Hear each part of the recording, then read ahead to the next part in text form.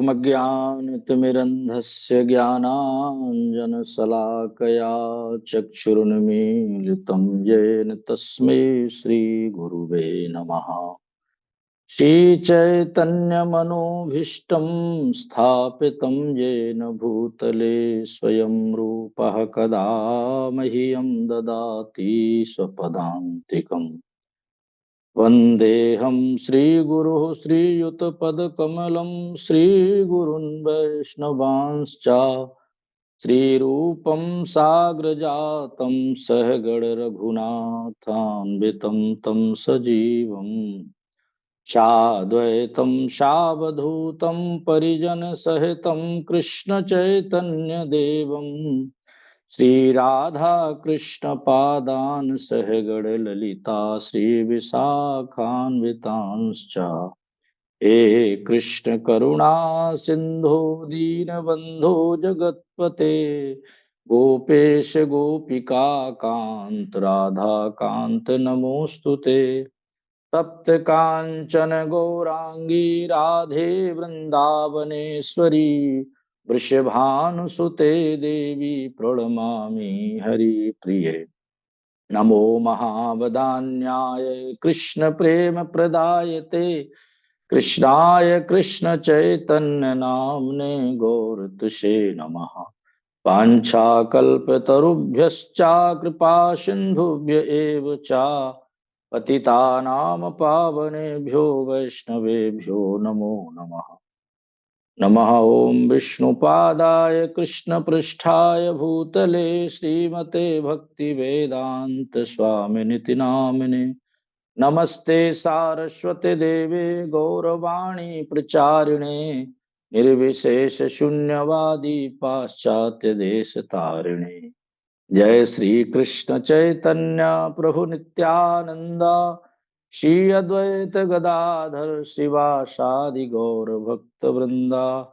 हरे कृष्णा कृष्ण कृष्णा हरे हरे हरे राम राम राम हरे हरे। सर्वप्रथम गुरु महाराज के चरणों में प्रणाम करते हुए और समस्त भक्तों को प्रणाम करते हुए, जो भी जूम मंदिर के भक्त हैं प्रत्येक दिन गुरु महाराज के सानिध्य में जप करते हैं और जप टॉक में सम्मिलित होते हैं, उन सभी भक्तों को प्रणाम। सभी के आशीर्वाद की कामना करते हुए गुरु महाराज की आज्ञा का पालन करने के लिए आज पद्माली प्रभु हमको आदेश दिए हैं। हम लोगों का सौभाग्य है,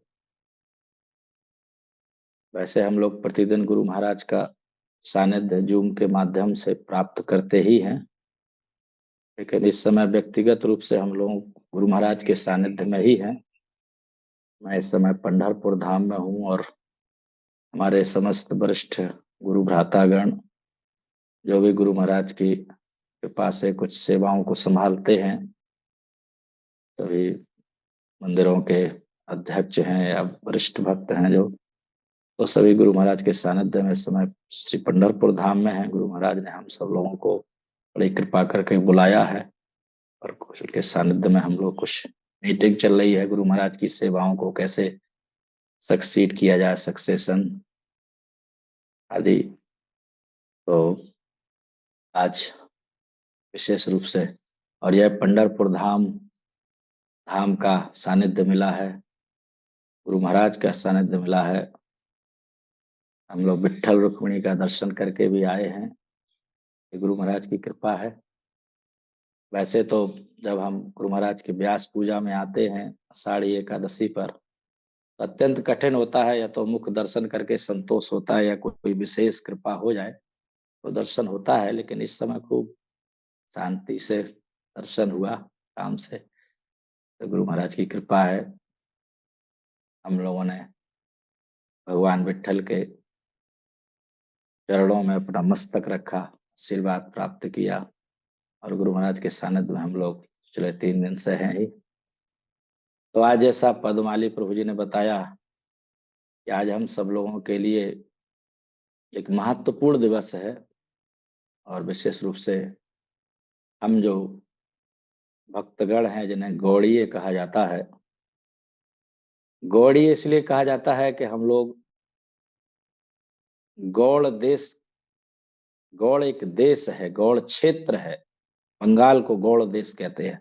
आज का बंगाल पश्चिम बंगाल है जो, उसके साथ पहले बांग्लादेश भी गौड़ देश ही था। क्योंकि भगवान श्री चैतन्य महाप्रभु प्रकट हुए और उनके अनुयायी भक्तगण इसलिए गौड़ीय भक्त कहलाते हैं। तो गौड़ीय भक्तों के लिए, विशेषकर चैतन्य महाप्रभु के भक्तों के लिए आज विशेष दिन है, क्योंकि आज श्री गदाधर पंडित का आविर्भाव दिवस है। तो हम कुछ गदाधर पंडित के विषय में आज श्रवण करेंगे। और हम लोगों को, जो भगवान श्री चैतन्य महाप्रभु के अनुगत भक्त हैं, जिस परंपरा में हम लोग आते हैं, गौड़ीय वैष्णव परंपरा में, तो हमें भगवान श्री चैतन्य महाप्रभु को तत्वतः समझना, और जब हम उनको तत्वतः समझते हैं तो फिर उस समस्त किस प्रकार से तत्वों में प्रकट हुए हैं उनको हमको समझना होता है। तो भगवान श्री चैतन्य महाप्रभु, जैसा कि हम सभी भक्त लोग जानते हैं कि स्वयं श्री कृष्ण ही हैं। श्री कृष्ण चैतन्य राधा कृष्ण नाही अन्य। भगवान श्री कृष्ण ही श्री कृष्ण चैतन्य बने हैं, और केवल उनको कृष्ण नहीं कहा गया, राधा कृष्ण नाही अन्य। तो भगवान श्री कृष्ण इस अवतार में गौर सुंदर के रूप में आए। जो श्याम सुंदर हैं वृंदावन के, वो इस अवतार में गौर सुंदर बने हुए हैं। और उनका जो भाव है वो राधा रानी का भाव है, इसलिए सम्मिलित अवतार है। राधा और कृष्ण टू इन वन, कभी कभी गुरु महाराज कहते हैं टू इन वन, एक ही रूप में दोनों राधा और कृष्ण सम्मिलित हैं, तो वो श्री चैतन्य महाप्रभु के रूप में है। तो भाव राधा रानी का है, मूड जिसे कहते हैं, उसको अंगीकार किए हैं। और ना केवल मूड ही, यहाँ तक कि राधा रानी का द्युति कांति जिसे कहते हैं, उसको भी भगवान अंगीकार किए हैं। गौरांगी हैं, तो भगवान इस अवतार में गौरांग कहलाए। इस अवतार में भगवान श्याम सुंदर नहीं कहलाते, गौर सुंदर कहलाते। राधा रानी के मूड में, भाव में आए। राधा रानी के भाव का आस्वादन करने के लिए राधा भाव को अंगीकार करके भगवान श्री कृष्ण प्रकट हुए। और भगवान श्री चैतन्य महाप्रभु के विषय में हम लोग एक तत्वतः जानकारी के लिए श्री चैतन्य चरितामृत में श्री कृष्णदास कविराज गोस्वामी वर्णन करते हैं कि भगवान इसमें 5 तत्वों में एक साथ प्रकट हुए हैं। पंच तत्वात्मकम कृष्णम भक्त रूप स्वरूपकम भक्तावतारम भक्ताख्यम नमाम भक्ति शक्तिकम। तो प्रणाम करते हैं तो इसमें भगवान को, पंच तत्वात्मकम कृष्ण को वो नमस्कार करते हैं। चैतन्य चरितामृत आदि लीला के 7वें अध्याय का 4था और 5वां श्लोक उसके बाद वर्णन करते हैं कि पंच तत्व अवतीर्ण चैतन्य संगे पंच तत्व लैया करे न संकीर्तन रंगे।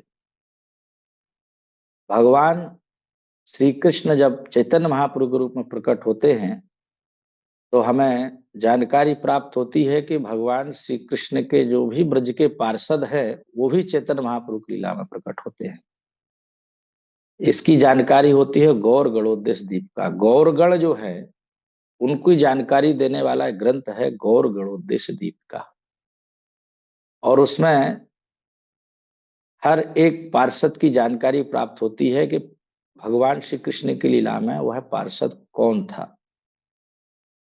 तो गौर गणोदेश दीपिका में वर्णन है कि श्री राधा प्रेम रूपाया पुरा वृंदावनेश्वरी शास्त्री गदाधरो गौरा वल्लभा पंडिताक्ष कहा। राधा रानी जो प्रेम स्वरूपा जिनको कहा गया, भगवान के प्रेम रूपा हैं जो, और जो ब्रज की लीला में वृंदावनेश्वरी राधा रानी है, शास्त्री गदाधरो, वही राधा रानी गौरांग महाप्रभु की लीला में, यहां भी उनको गौर वल्लभ कहा गया है।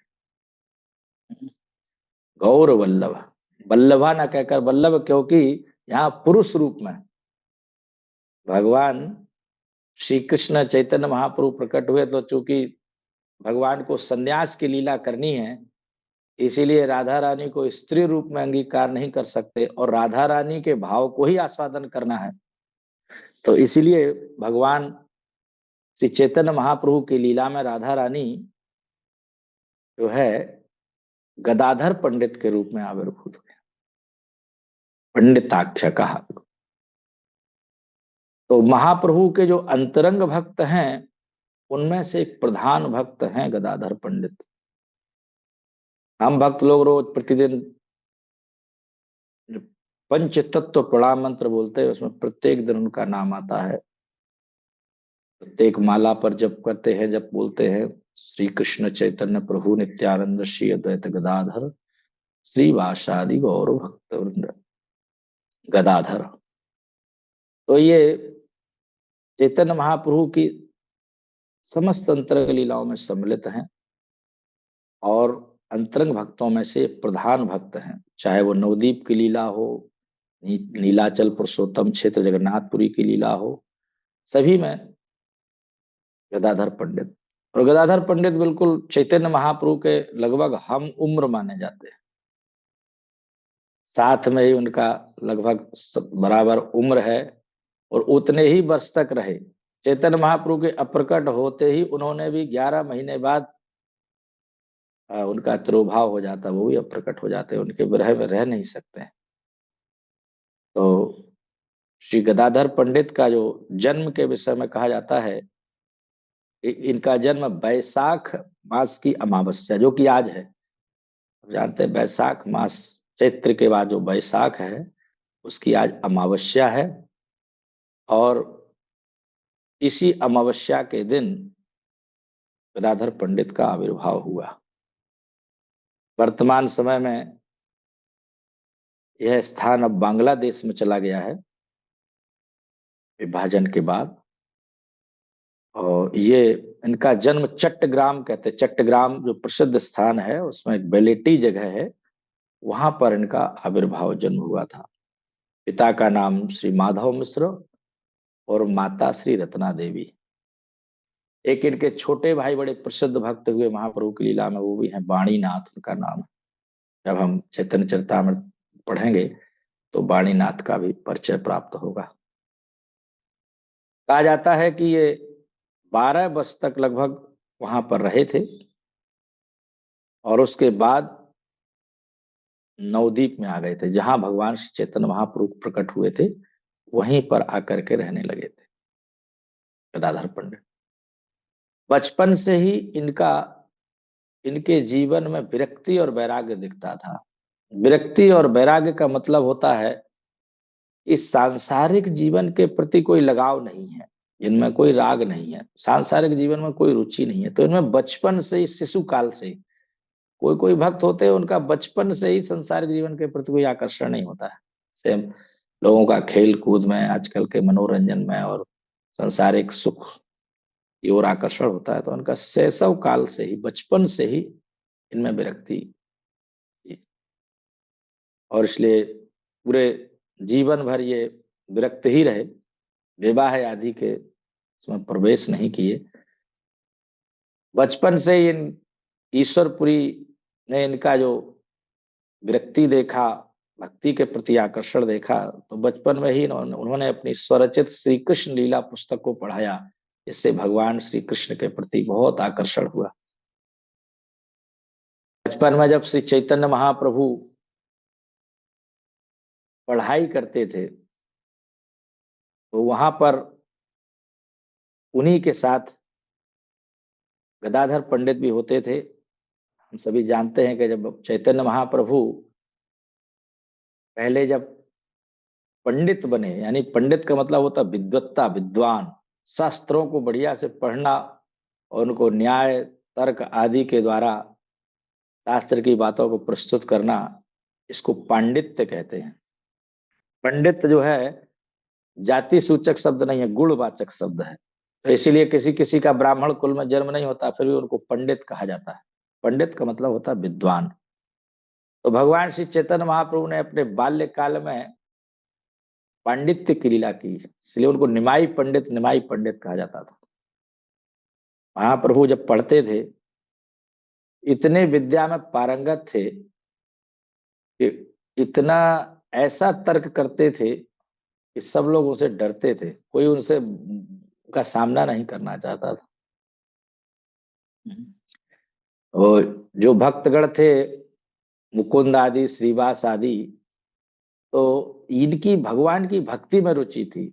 और जो भगवान के भक्त होते हैं वो शास्त्र के तर्क वितर्क में बहुत रुचि नहीं रखते, पांडित्य में उतना रुचि नहीं होता, उसमें केवल शास्त्रों में जो भगवत भक्ति है, जो सार रूपा है, उसको केवल ग्रहण करते हैं। शास्त्र का अर्थ वो ये नहीं लेते। कई लोग विद्वान जो लोग होते हैं वो शास्त्र के पंडिताई में, पांडित्य में अपना जो है समय बिताते हैं, और उनको बड़ा अच्छा लगता है जब अपने अपने विद्वत्ता से किसी को शास्त्र की बात कहकर परास्त कर देते हैं, खंडन कर देते हैं, तर्क से परास्त कर देते हैं। तो इसको विद्वत्ता कहते हैं। तो जब ये भक्त लोग जो थे, जब निमाई की पंडिताई देखते थे कि निमाई कितना एक्सपर्ट है, भगवान श्री चैतन्य महाप्रभु क्या करते थे, किसी बात को शास्त्र के अपने तर्कों के द्वारा क्या करते थे, सही बात को भी खंडित करके गलत साबित कर देते और गलत बात को सही साबित कर देते थे। इतना पंडिताई था भगवान का। तो इसीलिए ये लोग कहते थे कि ये इसके पांडित्य से दूर ही रहते थे। भक्ति की बात तो करता नहीं है, केवल पांडित्य करके कहो, भक्तों की बात का खंडन कर दे। भगवान चैतन्य महाप्रभु ऐसी लीला करते थे, इसलिए वैष्णव लोग जब उससे तर्क वितर्क से दूर बचते ही थे, श्रीवास मुकुंद आदि। और मन में वो कभी कभी सोचते थे काश ये लड़का भक्त होता, इतना विद्वान है, पंडित है, लेकिन भक्त होता तो कितना अच्छा होता, ऐसी आशा करते थे। तो इस प्रकार से भगवान जब निमाई पंडित के रूप में लीला कर रहे थे, तो गदाधर पंडित से भी उनका तर्क वितर्क होता है पढ़ते समय। और गदाधर पंडित से जो है वो पूछते हैं कि आप बताइए, मुक्ति की परिभाषा बताइए क्या है। तो शास्त्र के अनुसार जो मुक्ति की परिभाषा है कि संसार के दुख से पूर्णतया निवृत्ति, आत्यंतिक दुख की निवृत्ति को ही शास्त्र ने मुक्ति कहा है। अगर जीव संसार के दुख से मुक्त हो जाए तो इसको ही मुक्ति कहा गया। तो ये परिभाषा जो शास्त्र के आधार पर बताई गदाधर पंडित ने, लेकिन महाप्रभु ने इसको खंडित कर दिया, काट दिया, और महाप्रभु ने अपने ढंग से मुक्ति की व्याख्या बताई। और फिर बाद में महाप्रभु क्या करते, अपनी बात को भी खंडित करके समझा देते हैं। तो ऐसा पांडित्य था चैतन्य महाप्रभु का। भगवान श्री चैतन्य महाप्रभु जब अद्भुत लीला कर रहे थे, तो शुक्लांबर ब्रह्मचारी के घर में जब अपने स्वरूप प्रकाश करने की इच्छा से सभी को बुलाए थे भगवान श्री चैतन्य महाप्रभु, तो चैतन्य महाप्रभु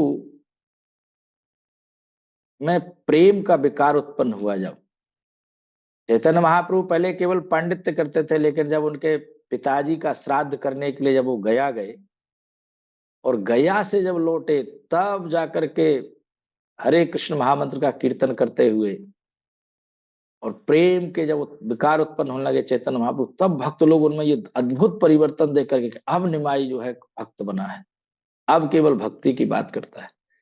तो ऐसे प्रेम को देख करके शुक्लांबर ब्रह्मचारी घर में जब सबको अपना स्वरूप दिखा रहे थे, अपना वास्तविक स्वरूप का प्रकाश करने के उद्देश्य से, तो गदाधर पंडित आए थे। और गदाधर पंडित ने जैसे ही चैतन्य महाप्रभु के इस प्रेम की उन्मत्तता को देखा, तो मूर्छित हो गए गदाधर पंडित। और गदाधर पंडित के मूर्छित होने पर चैतन्य महाप्रभु ने कहा गदाधर पंडित से प्रभु बोले गदाधर तुम्ही से सुकृति, शिशु है ते कृष्ण ते करिया दृढ़मति, आमार से हे न जन्म गेल वृथार से, पाइनु अमूल निधि गेला दैव दोषे। भगवान श्री चैतन्य महाप्रभु गदाधर पंडित से कहने लगे कि तुम बहुत सुकृतिवान हो गदाधर, क्योंकि तुमने शिशुकाल से ही कृष्ण के प्रति दृढ़ मति प्राप्त की है।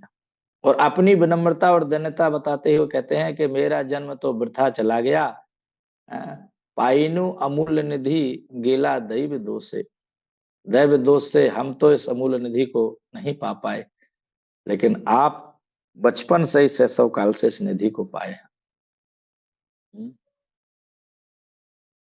तो इस प्रकार से जब चैतन्य महाप्रभु कीर्तन करते हुए जब प्रेम में उन्मत्त हो जाते थे,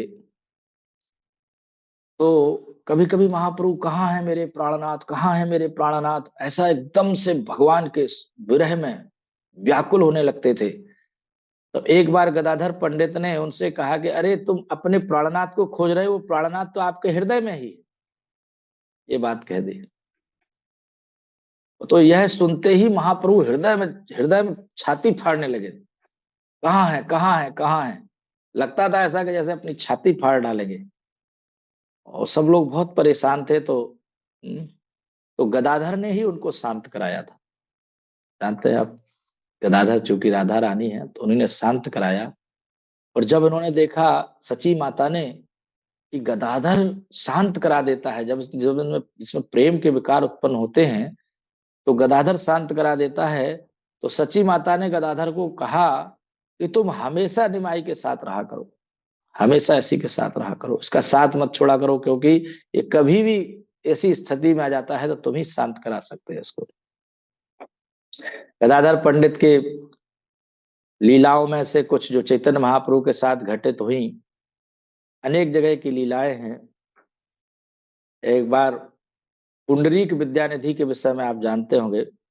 पुंडरीक विद्यानिधि के बारे में एक बार चैतन्य महाप्रभु चिल्लाकर बोलने लगे, पुंडरीक रे बाप रे ऐसा बोलने लगे और खूब क्रंदन करने लगे चैतन्य महाप्रभु। तो लोगों को समझ में नहीं आ रहा था कि किसको बाप रे पुंडरीक रे बाप रे बोल रहे, कौन है। तो चैतन्य महाप्रभु ने कहा शीघ्र ही वो यहाँ पर आएंगे, मिलेंगे। तो बाकी सब भक्त लोग जानते थे, कुछ भक्त पुंडरीक विद्यानिधि को जानते थे, जो चट्टग्राम के वासी थे वो सब मुकुंद वासुदेव दत्त आदि सभी पुंडरीक विद्यानिधि के विषय में जानते थे। लेकिन वो कहने लगे ये निमाई चिल्ला रहे हैं पुंडरीक रे बाप रे। तो पुंडरीक की महिमा का प्रकाशन करने के लिए एक बार मुकुंद गदाधर पंडित को पुंडरी के पास ले गए, ये बताए कि तुमको एक बहुत महान वैष्णव से मिलवाते हैं। और पुंडरीक विद्यानिधि क्या करते थे, अपने को छुपा कर रखते थे। छुपाने का उनका तरीका क्या था, वो संसार के भोगी विलासी व्यक्तियों की तरह रहते थे, इससे भी छुपे रहते हैं। जैसे जैसे कोई साधु महात्मा होता है ना, तो कभी कभी एकदम फटे कुचले कपड़े पहनते, जैसे गौर किशोरदास बाबा जी हैं, यहाँ कूड़ा डाला जाता है, करकट डाला जाता है, घूरे पर रहते थे, जिससे लोग उनके पास कुछ आशीर्वाद के लिए और इन सब ना आए। कभी कभी महान संत भी अपने आप को छुपा कर रखते हैं। तो ऐसे ही पुंडरीक विद्यानिधि तो गृहस्थ थे, तो अपने को भोगी बना करके छुपा के रखे थे। कैसे भोगी थे, खूब बढ़िया सफेद मलमल के पलंग पर और बढ़िया सुंदर रेशमी वस्त्रों को पहनना, हुक्का पीना, सोने का पीकदान था, बढ़िया रेशमी वस्त्र थे, पगड़ी लगाए सब बैठे हुए थे। और मुकुंदा इनको लेकर के गदाधर पंडित को लेकर के गए, आपको एक महान भक्त से मिलवाते, महान वैष्णव से। अब बताइए, कोई भक्त जो है, भक्तों के मन में एक धारणा होती है कि अगर कोई भगवान का भक्त है तो भोग आदि से दूर रहेगा, भगवान का भक्त है तो बहुत सरल जीवन होगा, भगवान की भक्ति करता हुआ दिखेगा, उसमें विरक्ति होगी।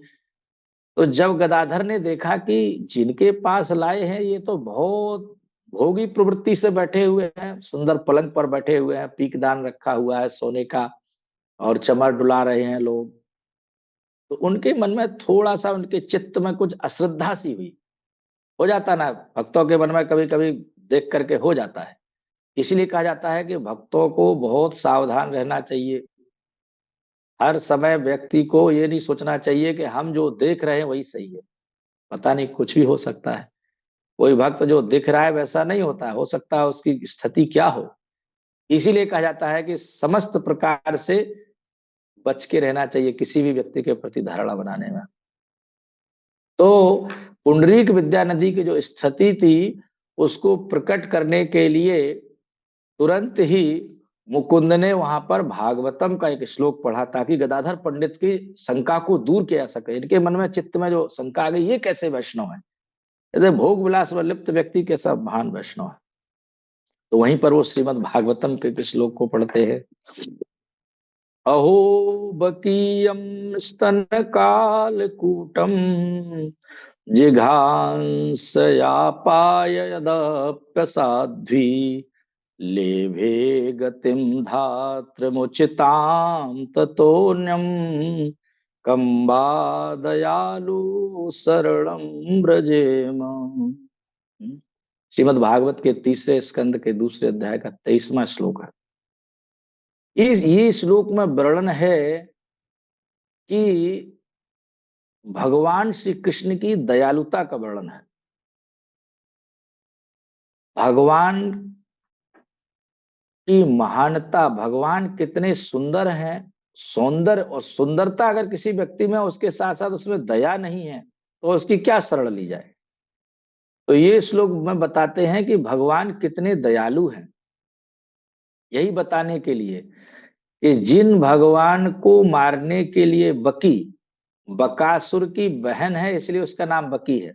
हम लोग पूतना कहते हैं, लेकिन भाई के संदर्भ से ओरिजिनली नाम क्या है, बक की बहन बकी। अघासुर बकासुर जो बड़े राक्षस हैं उन्हीं की ये बहन है बकी। तो बक की बहन होने के कारण बकी कहते हैं। तो यहाँ पर बकी नाम है। अहो बकीयम स्तन कालकूटम, जो अपने स्तन में कालकूट विष, कालकूट विष ऐसा होता है कि बस मुख पे लगा नहीं कि मृत्यु हो जाएगी, इतना भयंकर विष होता है। उसको अपने स्तनों में लगा करके किस लिए आई थी, जिघांसया, जिघांसया अपायद। भगवान श्री कृष्ण को कोई स्नेह और प्रेम से लालन पालन के लिए, जैसे माँ दूध पिलाती है तो अपने बच्चे के पोषण के लिए पिलाती, मारने के लिए नहीं पिलाती। लेकिन ये जो आई थी ये किस लिए दूध पिलाई थी, और बहुत सुंदर वेश बनाकर आई थी। राधा गोविंद महाराज जी वर्णन करते हैं कि उतना ऐसे एक हाथ में कमल का फूल खिला घुमाते हुए आई थी, वो इतने सुंदर रूप धारण करके आई थी कि ब्रज के लोगों को, गोपियों को तो ऐसा लग रहा था कि लगता है साक्षात लक्ष्मी जी आ गई हैं क्या आनंद भवन में। ऐसा सुंदर, असाध्वी थी। हाँ? लेकिन आई किसके लिए थी, सुंदर रूप धारण किया था लेकिन अंदर से असाध्वी थी, यदप साध्वी। और भगवान को जहर स्तन में लगा करके पिलाई, लेकिन भगवान ने इसके बदले में उसको क्या दिया, लेभे गतिम धात्र उचिताम ततोन्यम। उस पूतना ने जो इस भाव से आई थी, उस पूतना ने कौन सी गति प्राप्त की, माता की गति, धात्री माता।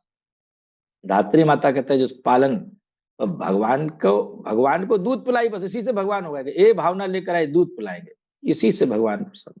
इतना दयालु कौन होगा, कौन, कंबा दयालु शरणम ब्रजे में। तो अन्य इतना दयालु कौन हो गया। देखो संसार में सभी लोग दया करते, कृपा करते हैं, किन पर करते हैं, लेकिन भगवान तो अपने को मारने वाले पर भी कृपा करते हैं। तो इसके अतिरिक्त और कौन ऐसा दयालु होगा, इसकी शरण में जाया जाए। ये सुखदेव गोस्वामी भी श्लोक सुने थे। भगवान सुखदेव गोस्वामी ने सुंदरता का भी श्लोक सुना। वैसे तो संसार की सब चीजें नश्वर हैं, क्षणिक सुंदरता के पीछे क्या भागना है, इसलिए सब चीज मायक है, ऐसा समझ करके सुखदेव गोस्वामी केवल भगवान के सत्य स्वरूप का चिंतन करते थे खाली। भगवान का जो है केवल निर्विशेष ब्रह्म का चिंतन करते थे। लेकिन जब सुना कि वो ब्रह्म इतने सुंदर हैं, सुनते आप सुखदेव गोस्वामी ने वेद व्यास जी श्लोक लिख लिख करके भेजते थे, जिनको पढ़ाने के लिए भागवत तैयार की थी उन्होंने नारद जी की आज्ञा से कि भाई तुम भक्ति को छोटा छोटा सा जरा जरा सा वर्णन कर देते हो पुराणों में, ज्यादातर तो लोगों को सांसारिक बातें ही, संसार के सुख का ही वर्णन करते हो, कहानियां बताते हो, लोग संसार के ही प्रति आकर्षित रहते हैं, कोई संसार के बंधन से मुक्त होकर भगवान का भजन नहीं करना चाहते। तो आप भगवान की शुद्ध भक्ति का प्रतिपादन करने वाला ग्रंथ तैयार करिए। तो वेद व्यास जी भी जानते थे कि हम तैयार करेंगे, लेकिन इतना योग्य पात्र कौन है इसको ग्रहण करेगा। वेद व्यास जी के पहले से बड़े बड़े महान शिष्य थे, जैमिनी आदि सब लोग वेद पढ़ते थे, वेदों में जो वेदों से जो प्राप्ति है उसको प्राप्त करना चाहते थे, वेदों में जो वर्णित है, लेकिन भगवान की भक्ति का विशुद्ध वर्णन नहीं था।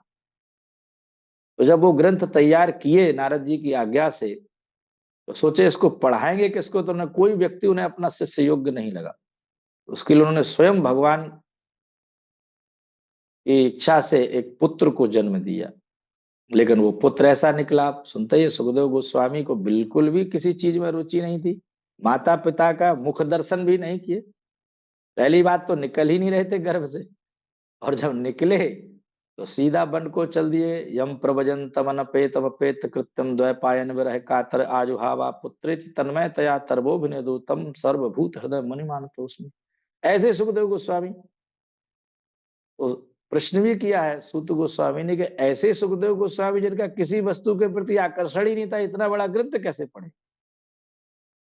क्योंकि भगवान हरि के गुण, इसीलिए संसार में लोग हरि भगवान का, भगवान के विषय में जानते नहीं है, इसलिए उनकी तरफ आकर्षित नहीं होते। भगवान को जानेंगे कैसे, भगवान को जानने के लिए भगवान की महिमा को श्रवण करना पड़ेगा। और भगवान को जानने का कार्य कराते हैं भक्त लोग, उनकी कथा कह करके, उनकी महिमा कह करके, भगवान का सौंदर्य, माधुर्य, दया, कृपा, कितना भगवान के महान गुणों का वर्णन करते हैं। यही जीव के लिए परम कल्याणकार है। जीव संसार में फंस गया, भगवान से विमुख हो गया, अब कैसे निकलेगा। तो यही एकमात्र उपाय है। इसलिए भगवान की महिमा को सुनना चाहिए।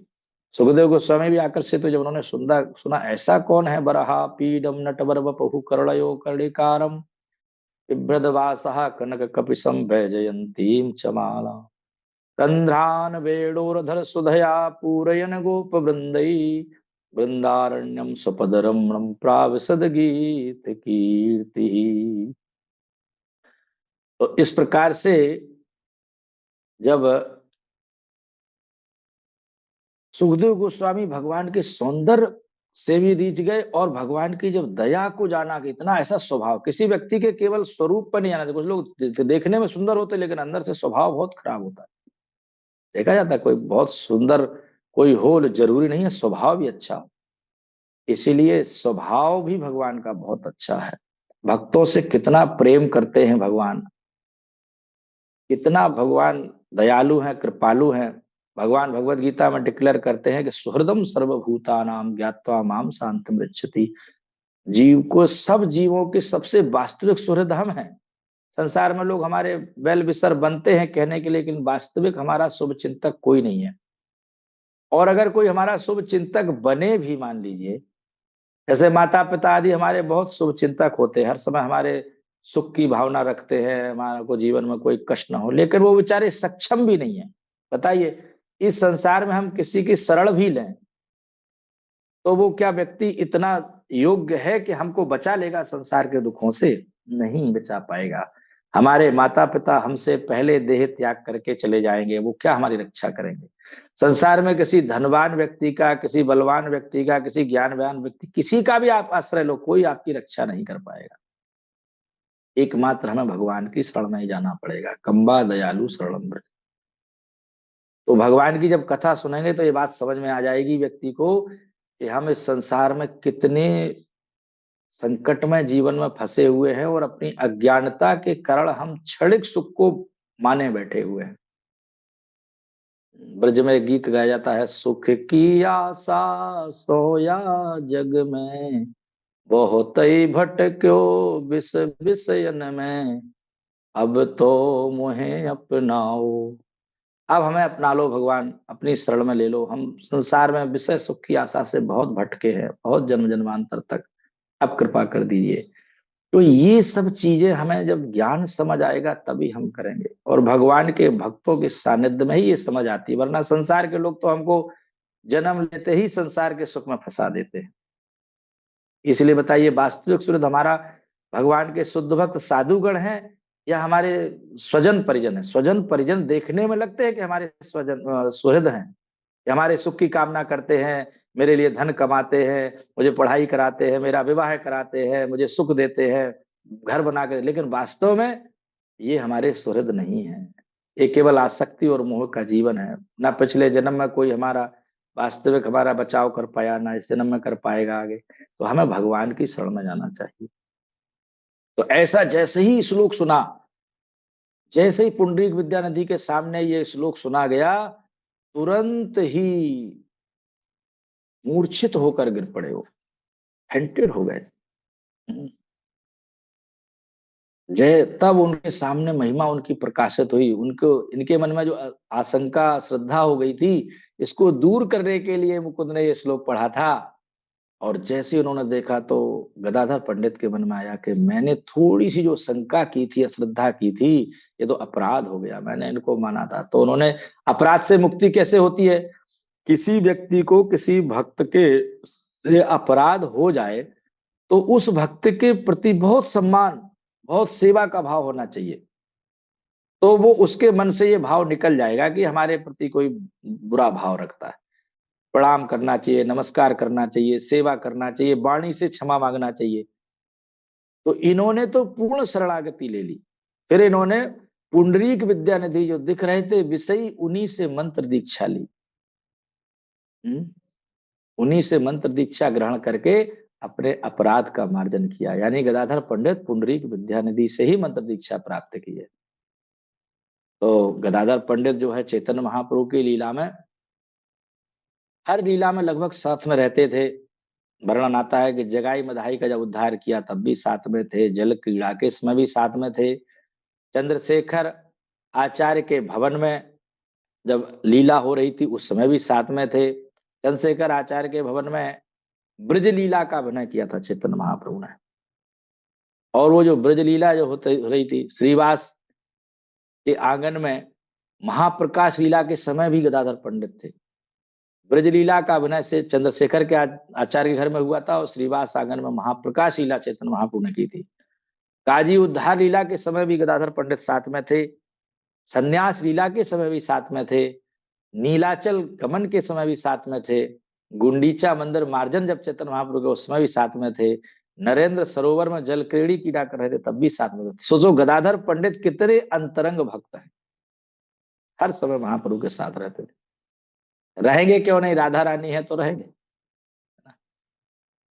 कहाँ रहेंगे, दूर रहेंगे क्या कृष्ण से? भले ही चूंकि चैतन्य महाप्रभु इस समय ऐसी लीला तो कर नहीं रहे हैं, श्री कृष्ण के राधा रानी को स्त्री रूप में अंगीकार नहीं करेंगे ना। सन्यास की लीला लेकर के सन्यासी को तो दूर रहना है ना स्त्री से। तो चंद्रशेखर आचार्य के भवन में जब ब्रजलीला का अभिनय किए थे, उस ब्रजलीला का बहुत सुंदर वर्णन है।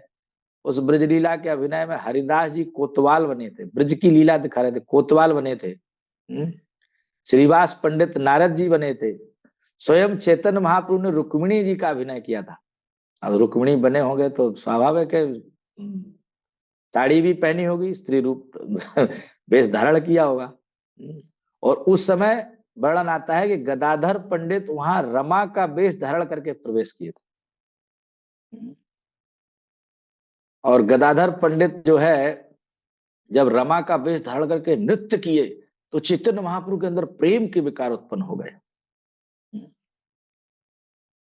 और गदाधर पंडित की ऐसे भाव वेश में नृत्य करने के लिए के बाद चैतन्य महाप्रभु एक कमेंट किए, श्री गदाधर मोर बैकुंठेर परिवार। क्या कहे? गौरांग महाप्रभु क्या कहे, गदाधर मेरे बैकुंठ परिवार का व्यक्ति है। और हम लोग जानते ही है बैकुंठ क्या, वो तो गोलोक वृंदावन धाम, बैकुंठ में जो गोलोक है वहां के हैं।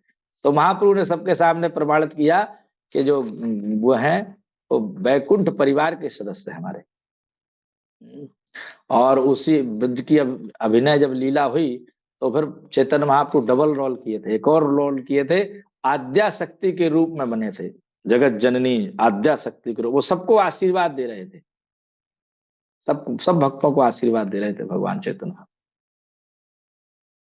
और गदाधर पंडित की लीलाओं में से आता है कि जब महाप्रभु संन्यास ले लिए, और महाप्रभु संन्यास लेने के बाद अधिकतर समय भ्रमण आदि की लीला करने के बाद 6 वर्ष भ्रमण किए हैं, उसके बाद 18 वर्ष पूरा नीलाचल में रहे हैं।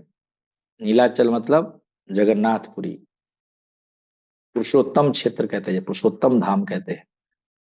तो जब चैतन्य महाप्रभु वहां रहे तो गदाधर पंडित ने भी क्षेत्र संन्यास ले लिया कि महाप्रभु यहाँ रहेंगे तो इस क्षेत्र को छोड़कर हम भी नहीं जाएंगे कहीं। क्षेत्र संन्यास में प्रण होता है, क्षेत्र सन्यासी जो होता है, अनेक प्रकार के सन्यासी होते हैं। क्षेत्र सन्यासी का मतलब होता है, वैसे सन्यासी सब जगह भ्रमण कर सकता है, लेकिन जिसने क्षेत्र सन्यास लिया वो उसी क्षेत्र में रहेगा, छोड़ को कहीं नहीं जाएगा। क्षेत्र सन्यास इसे कहते हैं। क्षेत्र सन्यास लेकर के चैतन्य महाप्रभु ने इनको एक सेवा प्रदान की थी, वो सेवा थी गोपीनाथ जी की सेवा। और वो गोपीनाथ एक उपवन में थे। उपवन कहते हैं छोटा सा बगीचा जो होता है, यमेश्वर उपवन उसका नाम था। वो टोटा कहते हैं, टोटा गोपीनाथ। उस उपवन में गोपीनाथ जी थे, इसलिए उनका नाम है टोटा गोपीनाथ, टोटा उपवन में।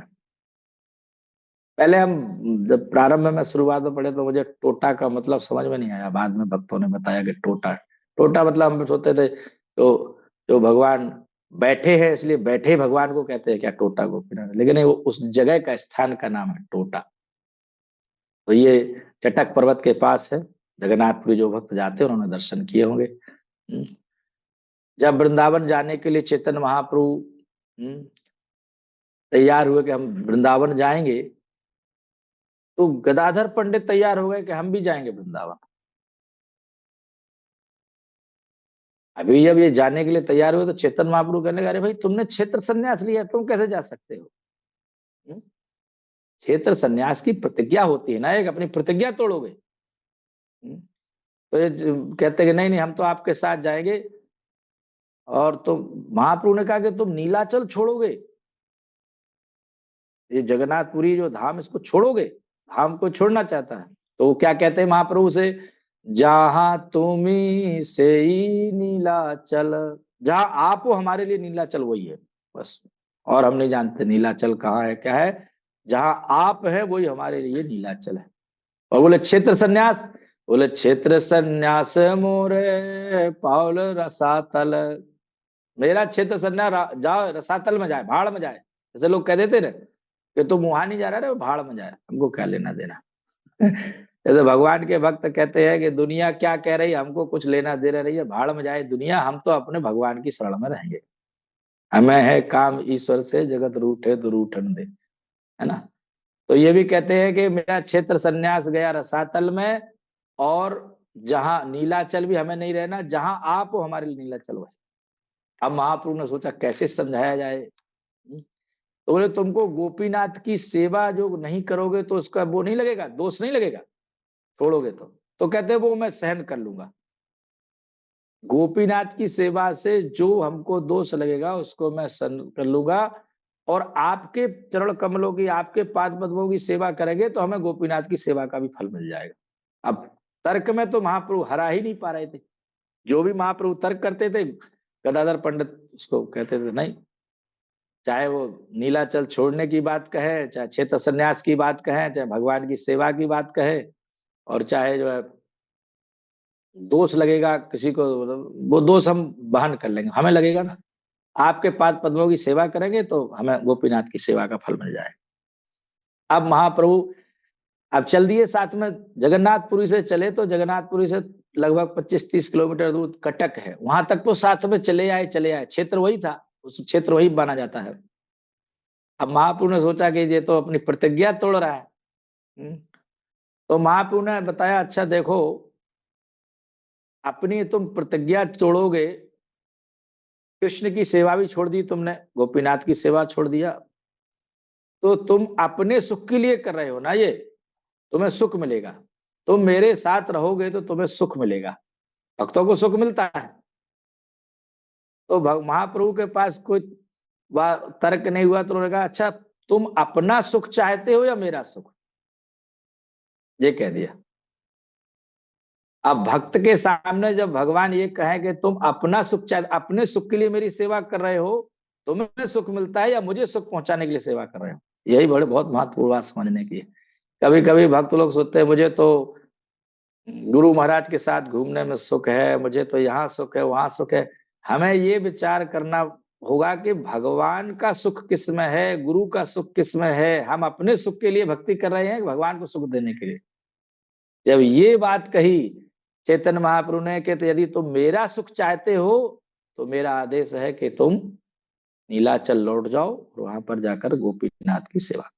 जब ये बात कह करके महाप्रभु परास्त कर दिए और लौटा दिए, तो भक्त वहां हार जाते हैं। जब, क्योंकि भक्त निज सुख सुखित्वम नहीं करते, पर सुख सुखित्वम, भगवान की सेवा के लिए उनका जीवन होता है, अपना सुख पर विचार नहीं करते।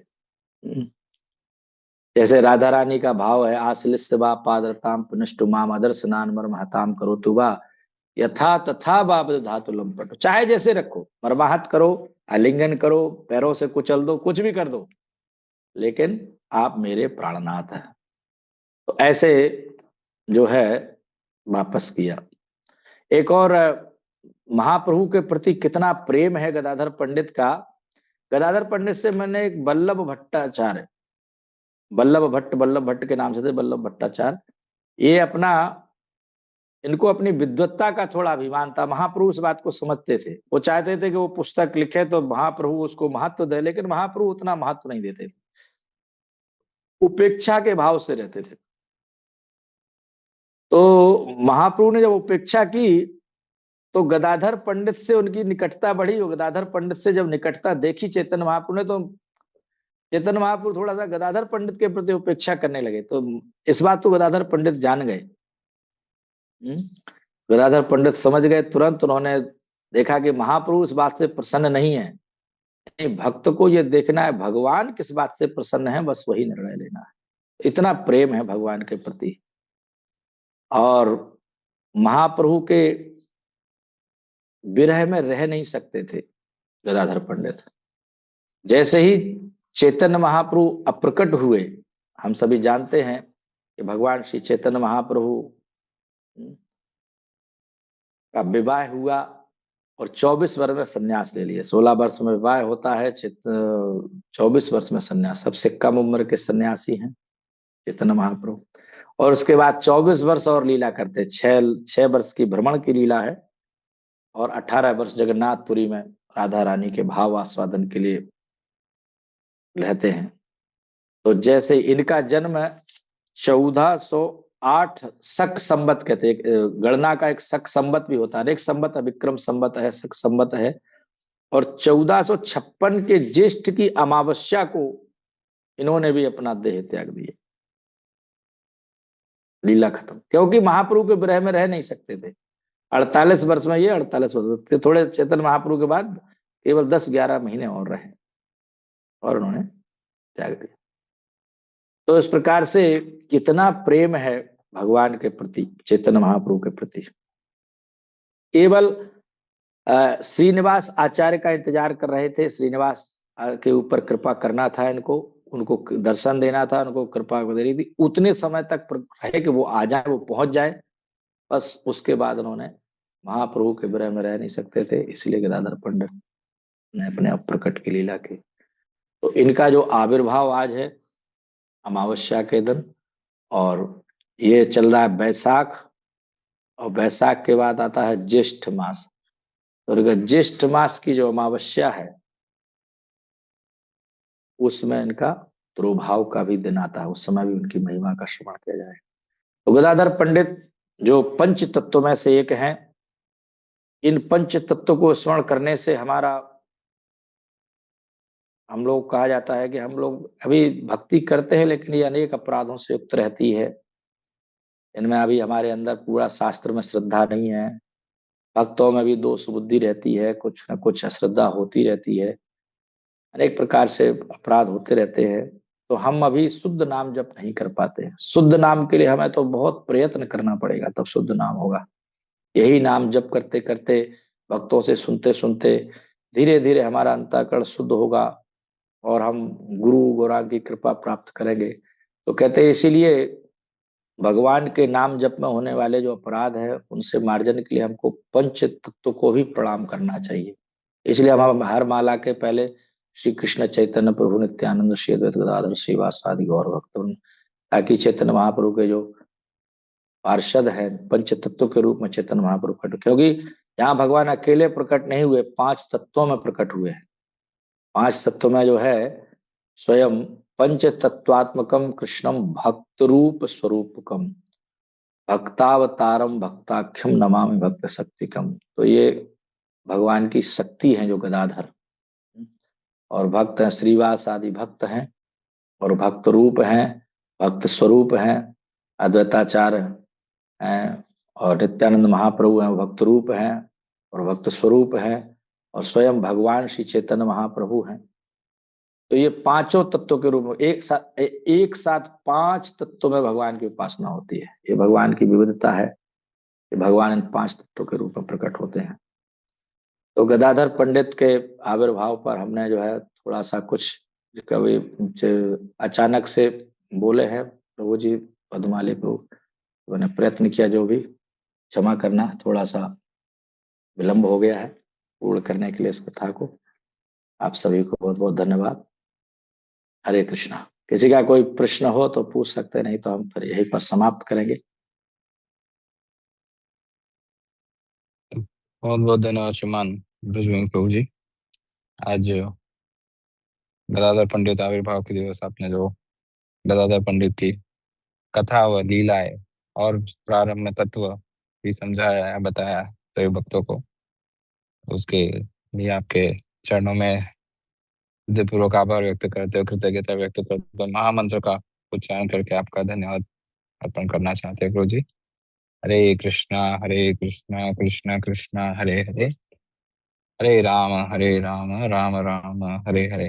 इसी के साथ आज के सत्र को हम यहीं विराम देते हैं। कल पुनः गुरु महाराज जी के सानिध्य में हरि नाम जप और जपा टॉक के लिए हम एकत्रित होंगे। श्री हरिनाम प्रभु की जय, हरे कृष्ण महामंत्र की जय, श्रीला प्रभुपाद की जय, परम पूज्य श्रील उपनाथ स्वामी गुरु महाराज की जय, गदाधर पंडित आविर्भाव तिथि महोत्सव की जय, श्री श्री पंच तत्व की जय। अंशकल्पतरुभ्यश्च कृपा सिन्धुभ्यैव च पतितानां पावनेभ्यो वैष्णवेभ्यो नमो नमः। अनंतकोटि वैष्णव भक्तवृंद की जय, श्रीमान ब्रजभूमि प्रभु की जय। हरे कृष्ण।